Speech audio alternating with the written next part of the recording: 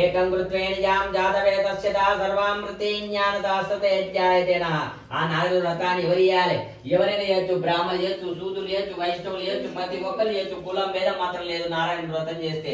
ఏకం కృత్వా సహస్రపాదాత్మానం తత్వయే సర్వార్చదాయ సత్యదేవం రమణాగ్రయానదు వాసుదాత్మదే న్యాసతే ధ్యాయతేన.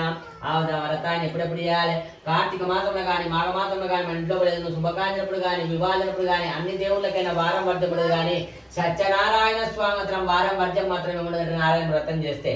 ఏ బ్రాహ్మణ వదాదిగాత్మానం తత్వయే సదాయదా. ఆ స్వామి యొక్క వ్రతము మనకు శక్తిని నెలకోసారి సత్యదేవుని యొక్క వ్రతం చేసుకోయడా. 15 రోజులు కదని ఏకాది ఉండాలి. ఏకాయు సత్యదేవుని యొక్క వ్రతం చేసుకోయడా. ఆదిత్వరణేన జాత వాసుదేవత్రయానం బ్రహ్మణో పూర్ణాజం దశాత్రాకారిక్యతే రక్ష రక్షో జనార్దనం భవానీశ్వర దయాప్తయే దయాసుతా. చెప్పు చెప్పు. ఏడా ఇప్పుడే స్టార్ట్ అయింది.